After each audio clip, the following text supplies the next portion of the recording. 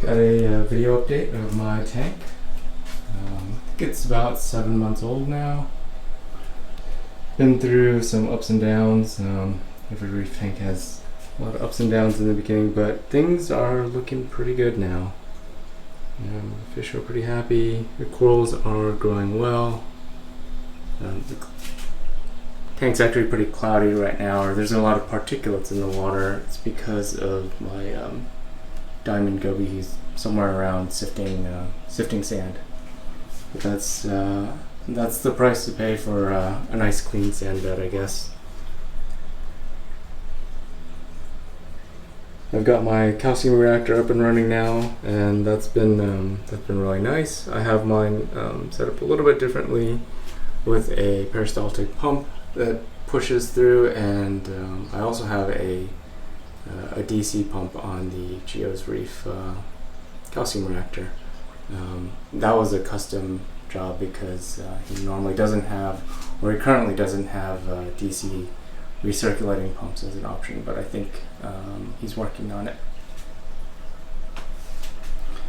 You can see there's an explosion of coralline algae growth, and that really just started up, I don't know, maybe like a month and a half, 2 months ago. It started to catch on, and then I had an outburst of cyanobacteria, and I used ChemiClean, and ever since I used the ChemiClean, the coralline has gone crazy, and actually the corals look a lot happier since I used the ChemiClean as well. One of the leopard wrasses, 1 of 3. That's a Potter's. My clown, this nice red Goniopora here.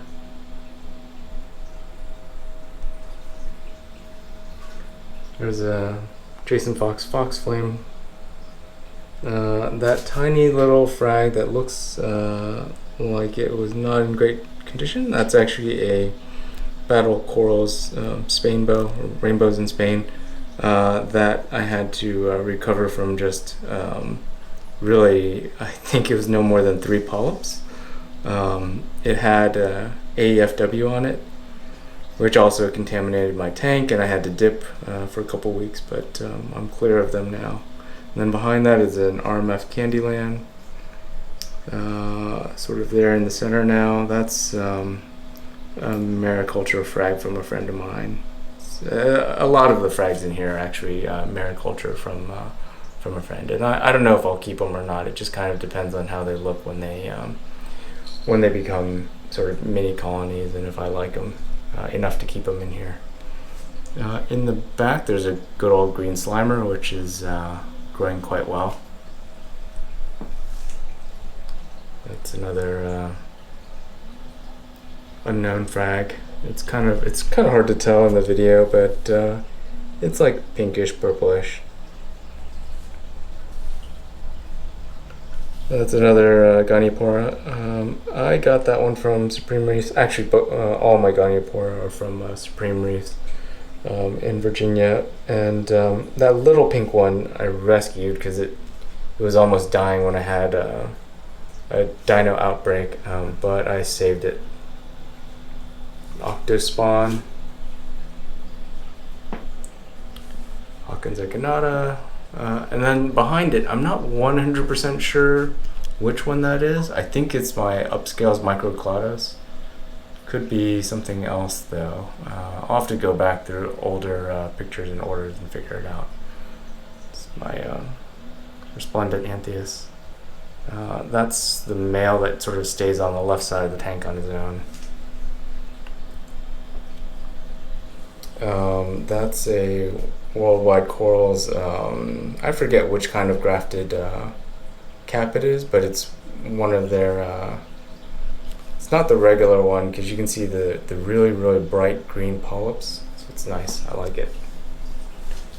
Well, I say I like it now, but I may regret having a cap in the system when it eats up a whole bunch of space. Another Goni. My one and only Zoa in here, or I don't even know what kind it is. I just got it from a local reefer. I'm not really a Zoa and Pali person just because I don't know, they kind of spread all over the place, and I don't like having to deal with pulling them off the rocks or controlling their growth. Right, so on the left there's Tyree Pinky the Bear. There's a Paletti Yellowtip. Garth Bonsai, and then behind that, I'm not entirely sure what that is. I think it might be a red robin stag. Maybe not. I have something that looks very similar, so I may have gotten them swapped. Just some stag right there. I don't know what it is. Another mariculture, and then the blue one is an Oregon Tort, which is one of my favorites. It's just got such a nice blue color to it. Can't wait for that to grow out. That's a red planet, even though you can't really tell in the video. It is pink. And that's a ultimate strawberry shortcake. And then in the back there, if it'll focus, come on, focus. That's my browned out Pro Corals Superman table. Yeah, it really doesn't have good colors at all right now, but it'll come in time. Got a little cocoa worm in here. That poor Chromie, he is constantly chased by one of my clownfish. I've actually tried to get him out of here because the clownfish is nipping at his tail, and it's just not good. But he is an excellent hider. As soon as I start to try to trap him, he is in the rocks. That is that Monty right there is a Vino. It's got really, really nice colors. More mariculture, Darth Maul varieties. Mostly, let's see here, what do we got here? In the back left, I think that might be my pink lemonade that's all browned out. Most of these other ones are mariculture. The blue-ish one in the center is Ultimate Blue Stag. And there's a Sunset Millie, and on the right is a frog skin. And in the back there's a purple slimer, and all the way in the back that colony is from a friend of mine. Star Acro of the tank right here. If it'll focus. Yep, there's a home wrecker. So I just got that, I think, like maybe a month and a half ago. It's encrusting, doing well. It's all green for now, but when it gets larger, it should start picking up some color, hopefully. I think one of my wrasses just dug around in the sand to try and find snacks, because all of a sudden there's particulates all over the place. There's a really nice blue stag back there. And these are pretty much all mariculture. There's a bubblegum Millie. Another bubblegum Millie. On the left, a digitata of some sort. And I think this is a Flaming Phoenix Monty. And then on this rack, it's pretty much all mariculture frags, except for that second one, which I think is my Reef Ready grape juice or grapefruit or something like that. This guy loves to perch on the pump or on the pump magnet. He's a cool hawkfish.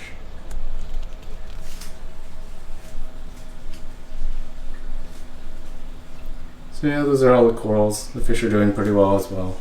I have a couple of fish in quarantine right now. A couple Biomaculatas, which I'm not sure if I'm going to move to this tank. I might put them in my frag tank downstairs. And I do have a Regal Angel, which I may or may not regret, because it's never worked out for me in the past. But we'll see. I did see him eat a little bit of food, so hopefully it works out.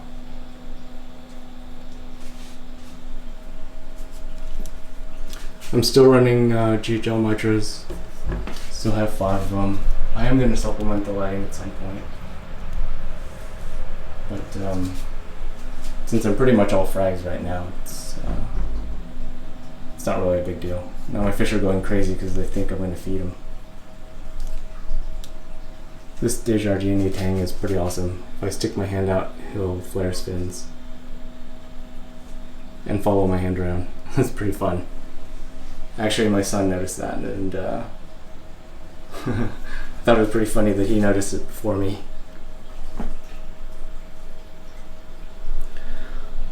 This little guy, working hard, making a mess of the water.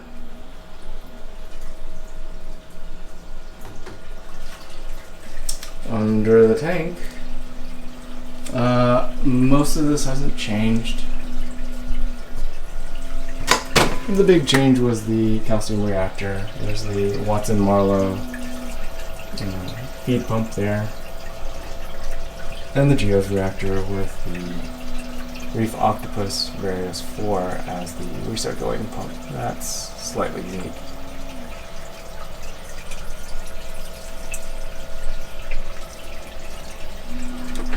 Do want to try and do something about the water falling noise here. It's kind of unfortunate, but due to the way that this sump is designed, I do get water crashing down into the filter sock. I've tried the little covers that have holes drilled in them. It doesn't actually make it any quieter, so I stopped using it just because it was one more thing that I had to deal with when I was cleaning out the socks. And I don't use felt socks. I just use mesh socks, so they're super easy to maintain. They don't get clogged quite as quickly.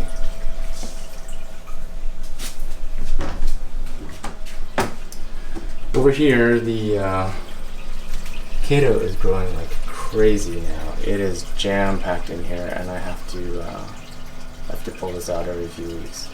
I should probably pull it out or turn it more often, but I'm lazy, and that's why I run a Fuge instead of some of the other algae options like a scrubber. I just like a Fusion because you can kind of just leave it be and let it run for a few weeks, and then just when you think about it, grab a handful and chuck it, or give it away, whatever. The BK skimmer is still cranking away. It's awesome. It's super quiet. I never really have any problems with it, except for when I have suicidal snails that make it down here and go into the pump and get it to stop. One of them managed to break a pin, which kind of sucks, but I don't know. It's probably not worth replacing the impeller for now.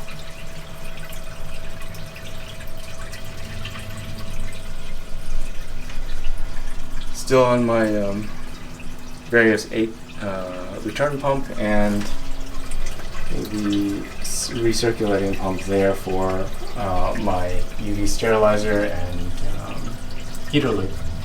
So most of this has stayed unchanged since when I set up my tank, and did take a long time for the Kato to really like take off, but it's good now. Oh, see, and here's another Trochus snail here. I don't like snails in the sump at all. I don't put them here, but what happens is that Trochus snails breed and they just get everywhere on their own. This guy's large enough so that he's not a problem, but like I found them inside of the sump body, inside of the skimmer body, inside pumps. I don't know, it's just really pretty annoying when they start breeding and going all over the place.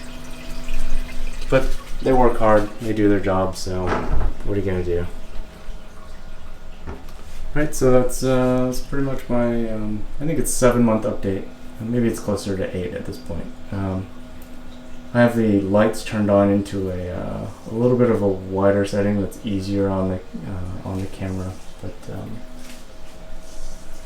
I keep it just slightly bluer than this. And I would say that in the video looks a little bluer than it is in real life. In real life, it's slightly like more pinkish, I'm wanting to say. Add this little the fire cleaner shrimp. People love the cleaner shrimps when they come look at the tank. It's usually comments about this is Goniopora, this is octospawn, and the cocoa worm. The stuff that, you know, sways around in the current. I also have, I doubt you'll be able to see it in the video, but I just spotted a couple of Aptasia hiding in this rock, and that really annoys me. I don't know which like frag or whatever I got them from, but I started with dry rock for a reason, so I could try to avoid things like Aptasia, but I guess something snuck through, so now I'm gonna have to try and nuke it somehow. I've used caulk in the past for stuff like that, but it's not exactly a reliable method, I would say. So we'll see what I do about that. I have one of my Antheus that lost an eye. She is super skinny. I think she's got like some sort of neurological damage because she eats as much as the rest of the Antheus, but she doesn't put on any weight. And she's tucked away in this hole somewhere. She doesn't come out much. The female Bellis angel that I have, she I think has a bit of a swim bladder problem. I got her from a local reefer. And then, oh, there goes I caught that on video. That's pretty cool. My Coiter's leopard wrasse just digging around in the sand looking for stuff to eat. And that's why there's a whole bunch of stuff in the water.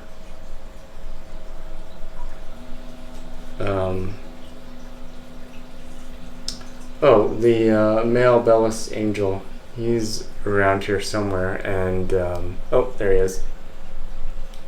He has one bad eye. Also came to me as a female and then transitioned to a male just a few weeks after being in my tank. That was pretty cool to watch that transition.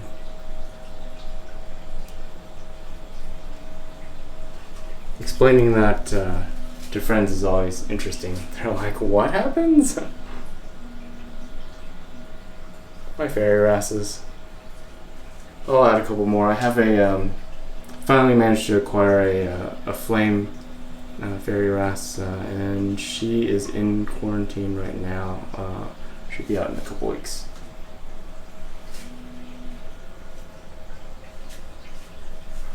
Alright, I know I said I was done before, but now I think I am actually done.